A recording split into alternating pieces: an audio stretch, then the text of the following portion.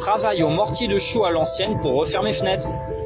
Maintenant que j'ai fait mon mortier sable terre chaud, je vais pouvoir refaire mes dessous de fenêtres. Donc le but c'est de refaire là-haut afin d'y créer un plan incliné comme ici.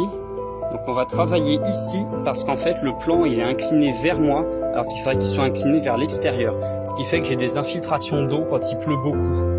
Donc on va commencer par nettoyer à la brosse pour que le mortier adhère mieux. Donc voilà, c'est tout propre, j'ai mis mon niveau, on peut voir que la bulle se situe comme ceci, alors que si l'inclinaison était bonne, ça devrait être plutôt comme ça. Donc là en gros, l'eau elle coule vers moi et on va corriger pour que l'eau coule vers là-bas. Très important, on commence par mouiller le support pour que le mortier adhère bien. D'ailleurs au passage, on voit où coule l'eau, c'est-à-dire tout sauf vers l'extérieur. Voilà, ça vient vers l'intérieur. C'est pas bon du tout.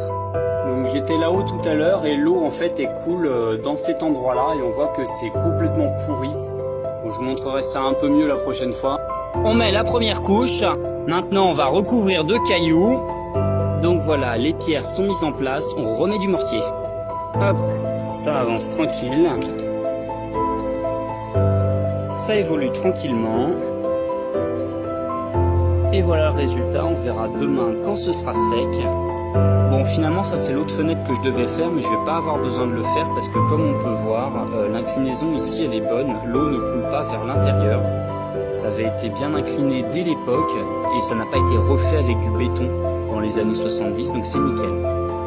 Donc là on est le lendemain, on peut voir que ça a bien commencé à sécher, alors c'est pas totalement sec, il faut compter 48 à 72 heures, bon là c'est quand même presque dur mais un peu mou légèrement. On va attendre encore que ça sèche et là j'ai fait un joint temporaire pour éviter que les infiltrations continuent. Je remplacerai tout ça bientôt après. Voilà le résultat final, sachant que bien sûr il y a des finitions à faire, mais moi tout ce qui m'importe c'est que l'eau coule vers là-bas. Donc là c'est solide, hein. Voilà, bon je vais pas vous faire des tests de solidité.